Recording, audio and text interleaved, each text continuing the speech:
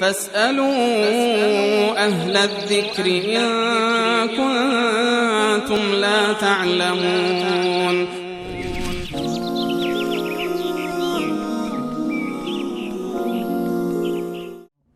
سوال بعدی بیننده که شماره تلفنشون که اسمس دادن آخرش 57 48 می باشه این است که آیا دکلر کردن ابرو حرام است یا خیر؟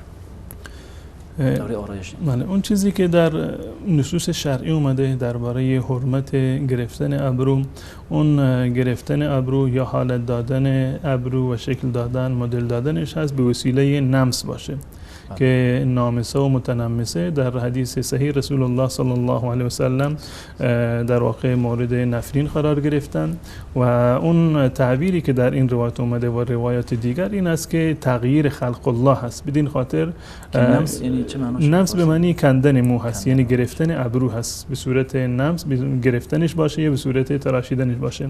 اما اگر به موارد دیگر باشد، مثلا به اصطلاح معروفی تشقیر باشد یا یک نوع رنگی باشه که یک مقداری یعنی دیده نشود، نامرئی بشود، دکلره بشود یا هر موارد دیگر، اینها جزء موارد حرام شمرده نمیشوند. حرام قطعی در این صورت نیست. اون چیزی که درباره ابرو حرام هست گرفتن ابرو هست یا کندن ابرو یا تراشیدنش هست. اما این صورتی که شما فرمودید این اشکال شرعی نداره و جایز هست.